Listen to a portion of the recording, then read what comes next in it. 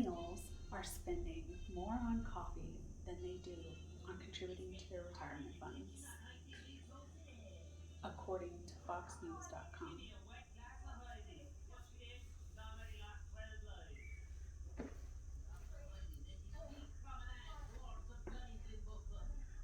Another report from ngpf.org states that that number is $2,000 a year.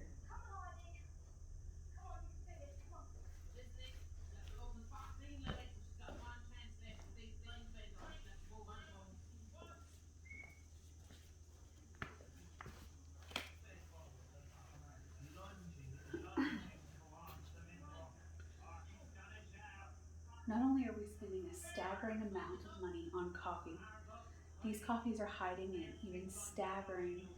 even more staggering number of calories, saturated fat, and added sugars. Today I'm going to show you how you can cut your spending in a substantial amount of those unwanted calories by making your coffee at home.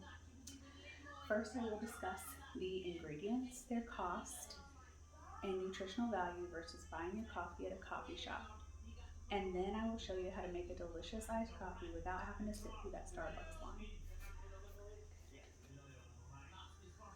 First, let's talk about the ingredients and ingredients and equipment you will need. First, you will need a coffee maker of some kind, a Keurig, an espresso, or just a regular old coffee maker, whatever you have lying around. Or you can purchase a single cup coffee maker on Amazon.com for as little as $18.99. I also recommend a milk frother. You can buy a really cheap one on Amazon for as little as $7.91. However, it's really not necessary. You will also need a 1/3 cup measuring cup, a teaspoon, an 1/8 a teaspoon, a coffee cup, a cup preferably insulated that is at least 24 ounces, and a straw or long handled spoon to stir the finished drink with. You will also need the correct kind of coffee for whichever coffee maker you choose.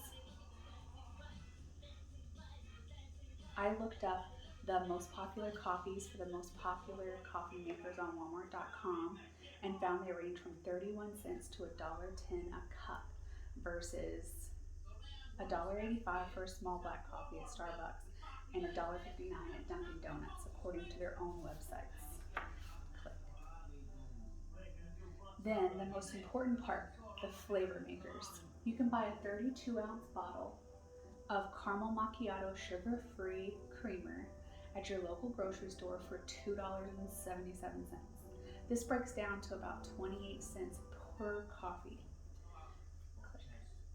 For this recipe, I will use the Coffee Mate Sweet Italian Cream sugar-free creamer that breaks down to about 34 cents per cup.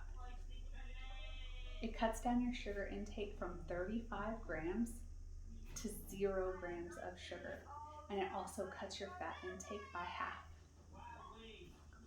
Also, you will need a bottle of sugar-free flavored syrup. I prefer to use Torani, and for this recipe I use the caramel flavor, which only costs $4.27 a bottle at Walmart.com and comes out to about 27 cents per cup of coffee. The last ingredient you'll need is a bottle of ground cinnamon that you can pick up at your local Walmart for just a little over $1. You will only need about 1/8 of a teaspoon per iced coffee, and that breaks down to less than a cent per cup.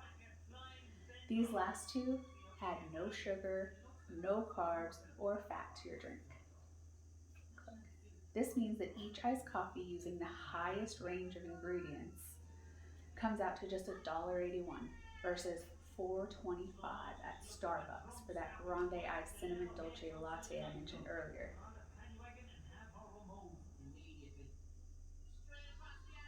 Not only is it easier on the wallet and waistline, but next I will show you how simple they are to make at home. It only takes a few simple steps to make this cheaper, healthier iced coffee. First, brew a standard size cup of coffee using your coffee maker. Second, fill your 24-ounce cup about 3/4 of the way full with ice. Third, pour the brewed coffee over the ice in an insulated cup. Fourth, measure a third cup of creamer, a teaspoon of syrup, and an eighth a teaspoon of cinnamon, and either put it in a milk frother and froth it and then pour it over the coffee, or you can add the ingredients directly to the iced coffee. Then all you have to do is stir and enjoy. As I've demonstrated, it is more cost effective and healthier to make your own iced coffee at home, even if you factor in equipment you may have to buy up front. You can save over half the cost of an iced coffee at Starbucks or Dunkin' Donuts, and even more than that in added sugars and fat. According to a study in the Human Ethology Bulletin, a caramel macchiato clocks in an average of 240 calories, and this comparable version at only 90. Not only will your pancreas and heart thank you, but so will your retirement fund.